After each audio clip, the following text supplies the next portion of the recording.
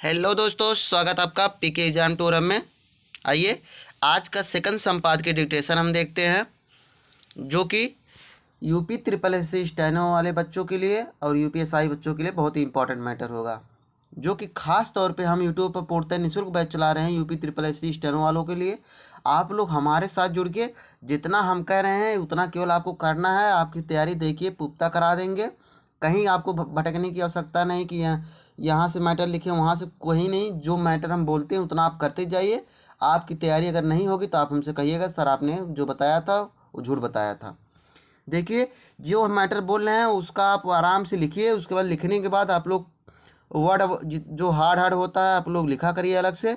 लिखने के बाद आप लोग वर्ड उसका गलती चेक कर लिया करिए। उसके बाद गलती चेक करने के बाद जो होगा फिर से एक बार मैटर लिखिए, देखिए सुधार होता चला जाएगा। चलिए, जिन साथियों ने चैनल को सब्सक्राइब नहीं किया आप लोग सब्सक्राइब कर लीजिए। इसकी पीडीएफ जो होगी हमारे टेलीग्राम लिंक पे, इसका लिंक हम कमेंट बॉक्स डिस्क्रिप्शन दोनों में डाल देंगे, आप लोग वहाँ से जाके लिख सकते हैं। चलिए, मैटर 5 सेकंड बाद स्टार्ट होगा।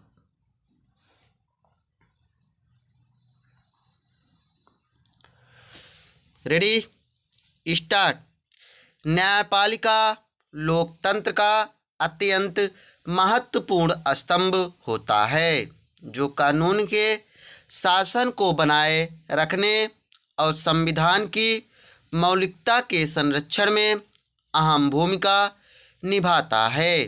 भारत में न्यायपालिका को न्याय का मंदिर कहा जाता है, जहां विवादों का निस्तारण कर नागरिक अधिकारों की रक्षा की जाती है।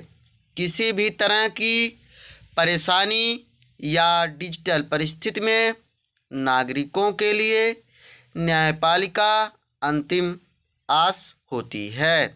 ऐसे में अगर न्यायिक अधिकारियों की कार्यप्रणाली पर ही सवाल उठने लगे तो उस भरोसे का क्या होगा जो न्याय की उम्मीद पर टिका होता है। यह चिंता सरकार के उन आंकड़ों से उपजी है जिनमें कहा गया है कि देश के प्रधान न्यायाधीश के कार्यालय को वर्ष 2016 से अब तक मौजूदा न्यायाधीशों के खिलाफ 8,600 से अधिक शिकायतें मिली हैं। सरकार की ओर से शुक्रवार को लोकसभा में यह जानकारी दी गई, जिसके मुताबिक वर्ष 2024 में सबसे अधिक शिकायतें दर्ज की गई। यानी समय के साथ शिकायतों का यह सिलसिला बढ़ रहा है।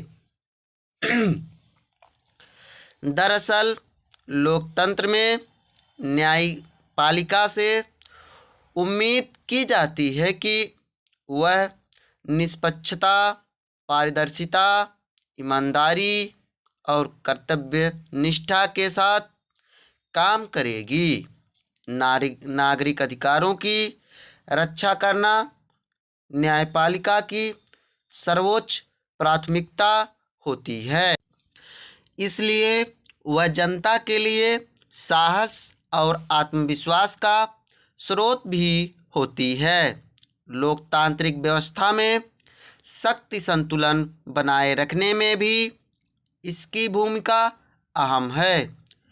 आम आदमी की न्याय तक पहुंच सुनिश्चित करने के लिए न्यायिक प्रणाली की शुचिता को बनाए रखना बेहद ज़रूरी है, और यह तभी संभव हो पाता है जब न्यायिक अधिकारियों का आचरण पूरी तरह पाक साफ हो।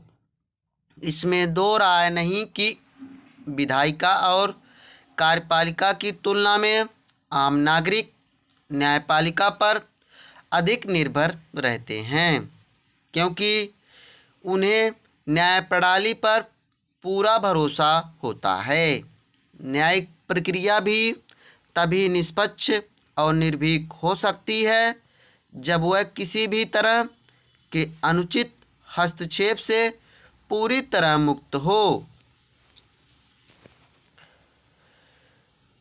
नियमानुसार उच्च न्यायालयों के न्यायाधीशों के खिलाफ शिकायतों का निपटारा न्यायपालिका द्वारा आंतरिक तंत्र के माध्यम से किया जाता है। वर्ष 1997 में सर्वोच्च न्यायालय की ओर से 2 प्रस्ताव पारित किए गए थे, जिनके तहत शीर्ष अदालत और उच्च न्यायालय के न्यायाधीशों के अनुपालन के लिए कुछ मानक और सिद्धांत निर्धारित किए गए थे। इसका पालन न होने पर आंतरिक प्रक्रिया के तहत संबंधित न्यायिक अधिकारियों पर कार्रवाई की जाती है, मगर न्यायाधीशों के खिलाफ शिकायतें बढ़ने का क्रम यह दर्शाता है कि आंतरिक जांच प्रक्रिया या तो धीमी है या फिर उसमें कोई बाधा उत्पन्न हो रही है।